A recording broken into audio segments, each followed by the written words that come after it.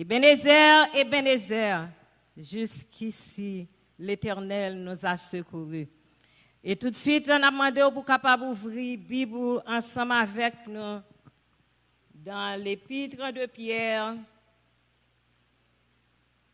1 Pierre, le chapitre 1er, le verset 15. 1 Pierre, 1er, le verset 15. Et nous appelons pour à la gloire de Dieu. Mais, puisque celui qui vous a appelé est saint, vous soyez saints dans toute votre conduite. Soyez saints dans toute votre conduite. Amen. Parole ça a été adressée à un peuple en Asie mineure. Côté Seigneur a exhorté croyants pour être capable saint dans toute conduite yo. Exhortation ça mes bien-aimés, moi crois li adressé à nous-mêmes encore aujourd'hui. Parole ça adressée à chacun de nous. Parole ça li adressée à tout le peuple de Dieu. Bon Dieu lui attend de peuple que lui saint. Lui doit saint afin que le capable heureux et utile ici-bas, il entre ensuite dans le royaume des cieux. Mais en quoi consiste cette sainteté? La sainteté, c'est un concept divin. C'est nature même, bon Dieu. La sainteté est sa qualité essentielle, fondamentale. Lui-même seul, qui est parfaitement saint et pur. Certains prophètes de l'Ancien Testament, ils ont expérimenté la sainteté de Dieu. Le prophète Ésaïe, par exemple, dans une vision, c'était la sainteté de Dieu proclamée par les séraphins qui étaient entourés. Ils ont crié l'un à l'autre. Ils ont dit Saint, Saint, Saint est l'Éternel des armées. Toute la terre est pleine de sa gloire. Ésaïe 6, le verset 1er. L'apôtre Jean, dans le Nouveau Testament, il était même vision de la sainteté de Dieu. Il était les 4 êtres vivants qui ne cessent de dire jour et nuit, Saint, Saint est le Seigneur, Dieu le Tout-Puissant, qui était, qui est et qui vient. Apocalypse 4, versets 2 et 8. Bien-aimés, la sainteté de Dieu est incomparable. C'est une pureté parfaite, une lumière éblouissante, une lumière insoutenable. C'est sa gloire, la gloire de Dieu. Ce n'est pas seulement la gloire de sa puissance, mais c'est la gloire de sa pureté. C'est surtout la gloire de sa pureté. En effet, que signifie être saint? Être saint, selon l'apôtre Paul, c'est être sans tache, ni ride, ni rien de semblable, un éclat absolu que rien ne vient altérer, une lumière parfaitement sans ombre, ni point ténébreux. Éphésiens 5, versets 26 et 27. Bien-aimé, la sainteté est un sujet très important. En pile, monde comprend vraiment bien. C'est des gens qui pensaient c'est le fait d'être séparé, dans le sens d'être mis à part pour une tâche, ou bien se garder du péché, mais il s'agit de beaucoup plus que cela. C'est plus que cela. La sainteté divine, c'est être séparé du péché d'une manière absolue, c'est être dans un état de pureté parfaite. Nous comprenons que le seul Dieu, nous comprenons que seul Dieu atteint perfection de sainteté. Cependant, il nous appelle à être saints.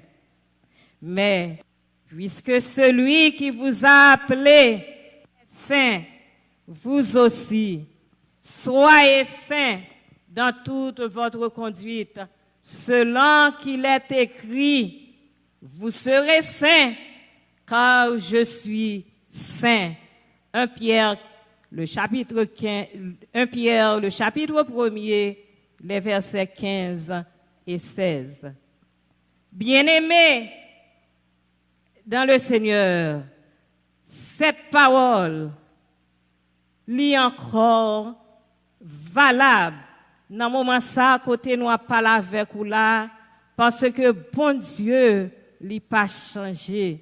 Bon Dieu, c'est le même hier, aujourd'hui et éternellement. Sous l'ancienne, comme sous la nouvelle alliance, Dieu, il est toujours relé à la sainteté, ça y est que l'y racheté, si là y est que l'y séparé, c'est-à-dire si là y est que l'y sanctifié pour y être capable peuple. Car c'est moyen ça pour le capable bailler au monde le témoignage de ce qu'il est lui-même. Dieu a dit à Israël, car tu es un peuple saint pour l'Éternel, ton Dieu. Et l'Éternel, ton Dieu t'a choisi pour que tu fusses un peuple qui lui appartient entre tous les peuples qui sont sur la face de la terre. Deutéronome 7, dans le verset 6. Dieu a dit aussi à l'Église, un peuple de la nouvelle alliance composé de ceux qui ont été lavés de leurs péchés par le sang de son Fils en Jésus-Christ. Vous êtes une race élue, un sacerdoce royal, une nation sainte, un peuple acquis, afin que vous annonciez les vertus de celui qui vous a appelé des ténèbres à son admirable lumière. 1 Pierre 2, le verset 9. Ceux qui sont appelés à être des enfants de Dieu, Dieu manifeste dans leur vie sa nature, la sainteté de ceux que le Seigneur a rachetés, mes bien-aimés, lui fait l'objet de nombreuses exhortations. Premièrement, la sainteté de Dieu lui démontrer que le péché est une souillure.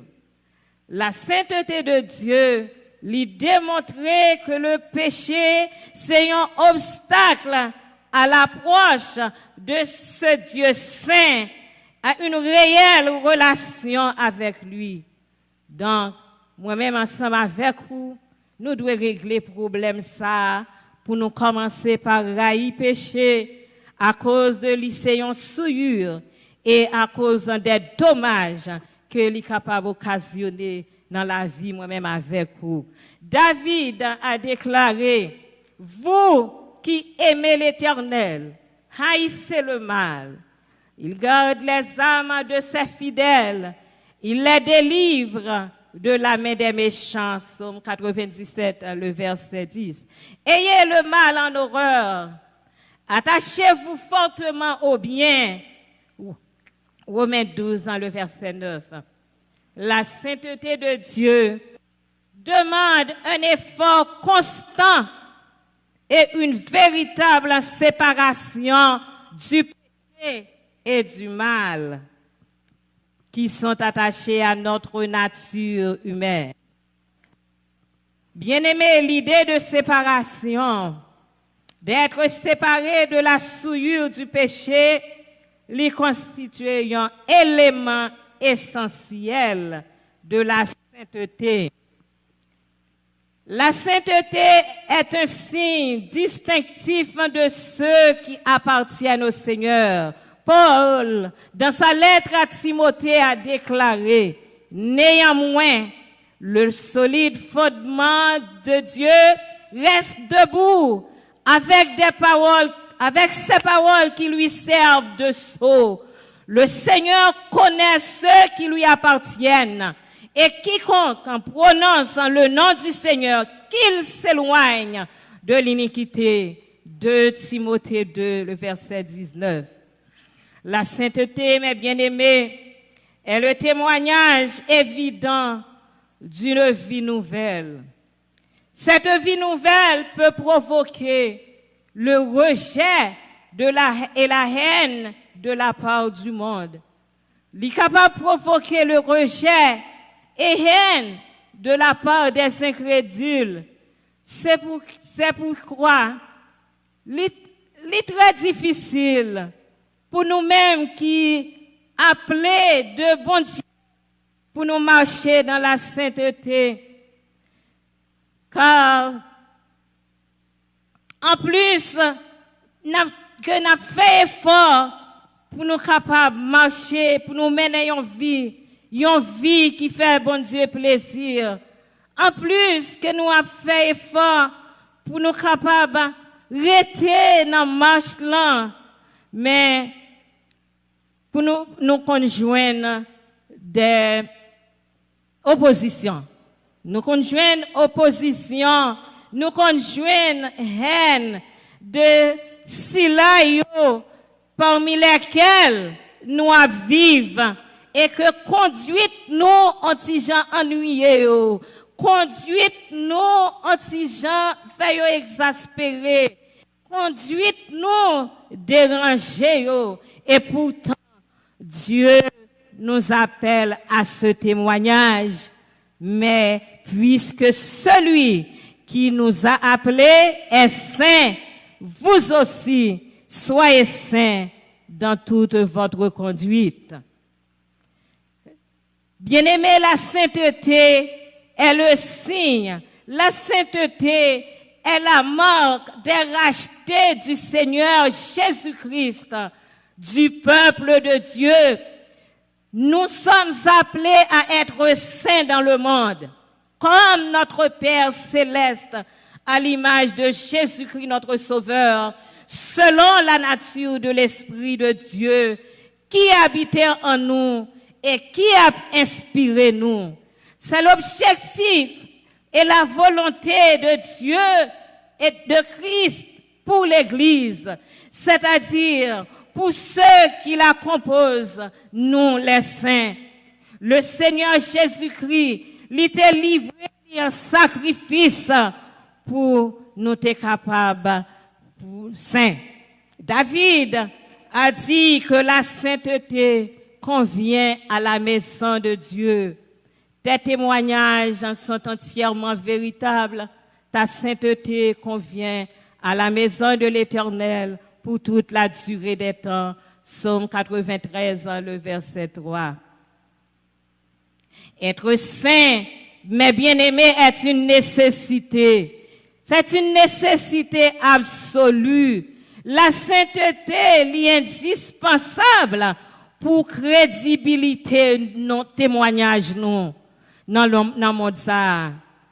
La sainteté et surtout pour nous capables de maintenir une bonne communion avec Dieu, notre Père céleste, avec Jésus-Christ, notre Seigneur, et avec le Saint-Esprit, notre compagnon de route. Mes frères et sœurs, Dieu veut un peuple saint, livré des hommes et des femmes rachetés par le sang de son Fils en Jésus-Christ et pour marcher dans la sainteté.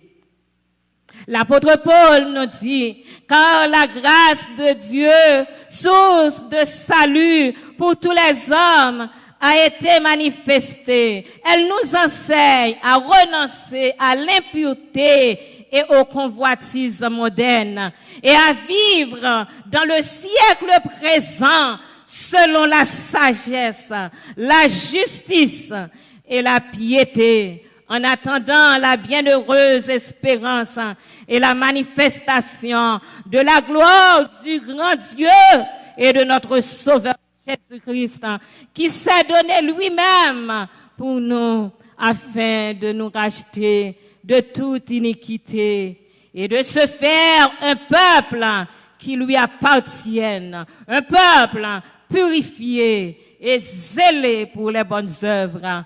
Titre 2, les versets 11 à 14. Bien-aimés dans le Seigneur, la sainteté est le seul moyen de sanctifier la présence du Seigneur dans notre vie.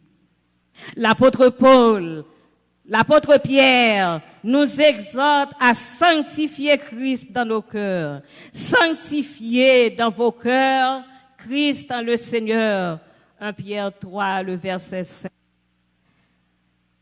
L'appel à la sainteté n'est pas un simple commandement. C'est pas un simple ordre. C'est pas une simple ordonnance que lié, mais il résulte de relation nous avec bon Dieu. La sainteté, c'est une exigence absolue. C'est une exigence absolue de Dieu. Dieu nous associe avec lui-même. En Lévitique, le chapitre 1er, le chapitre 19, le verset 2, nous lisons parole ça. Parle à toute l'assemblée des enfants d'Israël et tu leur diras, soyez saints, car je suis saint, moi, l'Éternel, votre Dieu. Bien-aimés, sous la loi comme sous la grâce, si là qui en relation avec bon Dieu, yo doit saint. Bon Dieu li pas accepté pour la unir avec quelqu'un qui est souillé. Bon Dieu li pas descendre un côté qui pas propre. Et c'est question ça matin, question ça la poser à moi-même. Question ça la poser à vous-même. N'a posé question ça, n'a dit, est-ce que il y a des manques tangibles de sainteté dans la vie nous?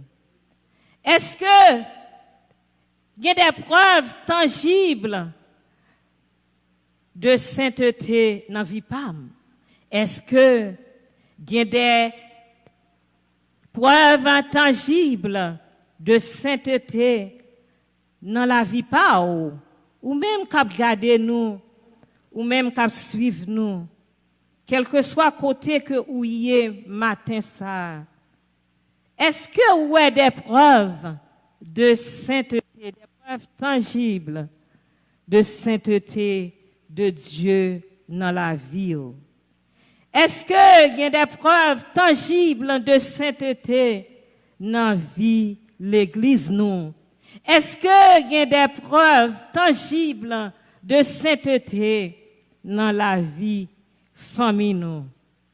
Bien-aimé, m'a dit ou dans moment ça que bon Dieu lui éprouvé un désir intense pour le capable transmettre nous sainteté ça matin. Écoutez ce qu'a dit Ézéchiel. Je leur donnerai un même cœur et je mettrai en vous un esprit nouveau. J'ôterai de leur chair le cœur de pierre et je leur donnerai un cœur de chair. Ézéchiel 11 dans le verset 19. L'apôtre Paul reprend même idée et l'y applique aux chrétiens du Nouveau Testament, l'y applique à nous-mêmes jeudi en tout. Et il dit, dans Éphésiens 4, le verset 24, il exhorte nous Il dit, je vous exhorte à revêtir l'homme nouveau, créé selon Dieu, dans une justice et une sainteté que produit la vérité. L'homme nouveau, en vertu de sa sainteté, bien-aimé, qui ça le fait, lui éloigner du péché et lui désirer une pureté dans la conduite. L'homme nouveau, il veut mener une vie qui s'accorde avec la sainteté de Dieu. Mais pour parvenir, pour nous capables d'arriver dans la dimension ça, bien-aimé, moi te relevé quelques conseils pour vous matin ça.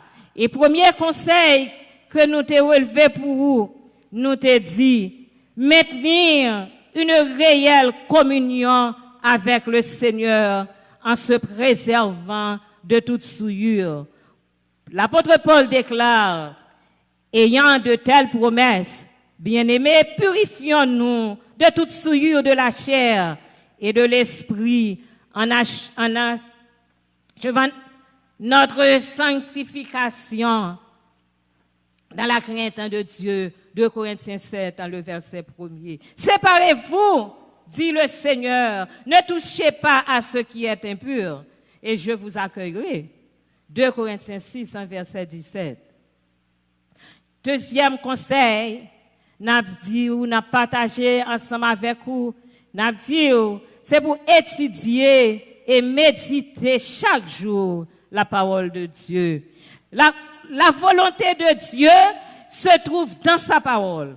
Et plus régulièrement nous méditons, plus la purifier pensez-nous, plus la purifier réflexionnons et façon d'agir nous.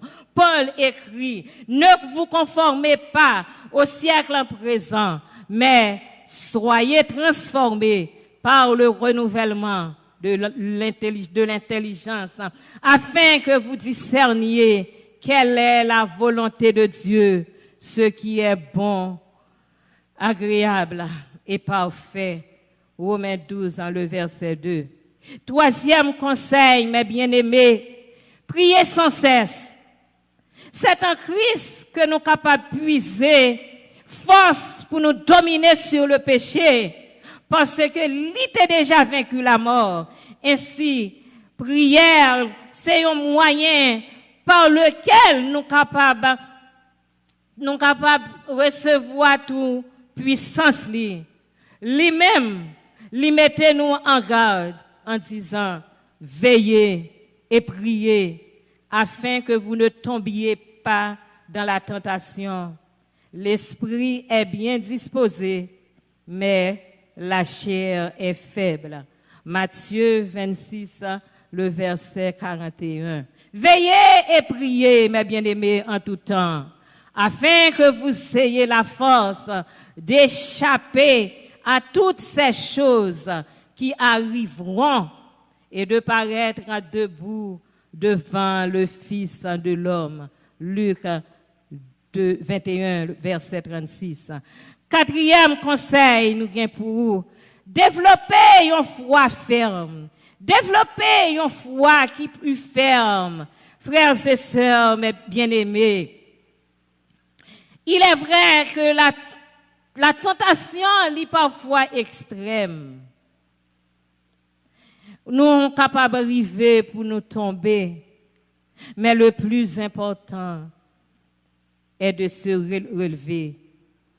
Le plus important est de se relever, de continuer d'avancer et aussi de tenir ferme dans sa foi. Il y a un auteur qui dit, le saint n'est pas celui qui ne chute jamais. Le saint est celui qui se relève après chaque chute. Oui. Mais bien aimé, le plus important est de se relever, de continuer d'avancer et aussi de tenir ferme dans sa foi. Car c'est cette foi qui rend visible les miracles cachés. C'est la raison pour laquelle la parole de Dieu nous recommande d'avoir non seulement la foi, mais une foi ferme. Soyez sobres, veillez, votre adversaire le diable rôde comme un lion rugissant, cherchant qui il dévorera. Résistez-lui avec une foi ferme, mes bien-aimés, sachant que les souffrances sont imposées à vos frères dans le monde. 1 Pierre 5, versets 8 et 9. Cinquième conseil que nous gagnons pour vous. Bien-aimés, nous demandons pour entourer vous de bonne compagnie. C'est nous qui choisissons fréquentation nous. Et fréquentation nous, est capable d'influencer positivement, mais elle est capable d'influencer négativement. C'est ce que nous lisons dans 1 Corinthiens 15, le verset 33, où il est écrit « Ne vous y trompez pas, les mauvaises compagnies corrompent les bonnes mœurs. » Et dans le Somme 1er, verset 1er, allez dans le même sens là, il dit « Heureux l'homme qui ne marche pas selon le conseil des méchants, qui ne s'arrête pas selon le conseil, qui ne s'arrête pas sur la voie des pécheurs et qui ne s'assied pas en compagnie des moqueurs. » Et bien aimé, nous avons un petit remarque que nous faisons. Nous avons regardé à travers les réseaux sociaux. Et suivant, même logique ça, que nous y est là. L'important, oui, mais bien aimé, pour nous capables de désabonner, nous, oui, d'une série de monde qui pas aider nous, non, pour nous grandir spirituellement. L'important, oui, pour nous unsubscribe, comme c'est le terme, pour nous capables de sortir dans une série de monde, dans une série de paroles, dans une série de bagailles qui dit, mais qui pas aider nous vraiment pour nous grandir spirituellement. Bien-aimés dans le Seigneur, aucun chrétien ne saurait atteindre un certain degré de sainteté si le Seigneur n'est à l'œuvre dans sa vie. Mais il ne l'atteindra pas non plus s'il n'y consacre tous ses efforts. Ça veut dire, bien aimé, il faut nous coopérer. Nous devons coopérer, mais l'œuvre là, c'est l'œuvre du Saint-Esprit, c'est l'œuvre de Dieu. Mais nous, faut nous consacrer et il faut nous tout. La sainteté de la vie est la normalité pour ceux que Dieu appelle à être ses enfants. N'a répété encore, la sainteté de la vie est la normalité pour si là yo que bon Dieu relève pour yo capable petite li. Bien-aimés, comme des enfants obéissants, ne vous conformez pas aux convoitises que vous aviez autrefois quand vous étiez dans l'ignorance. Pierre 1, verset 14. Mais, puisque celui qui vous a appelé est saint, vous aussi soyez saints dans toute votre conduite. Puisque celui qui vous a appelé est saint, vous aussi soyez saints dans toute votre conduite. Réfléchis, on réfléchit à parole ça que nous joignons dans l'Écriture. Sans la sanctification, pas une personne monde capable Seigneur. Sans la sanctification, personne ne peut voir le Seigneur Qu'il en soit ainsi pour vous.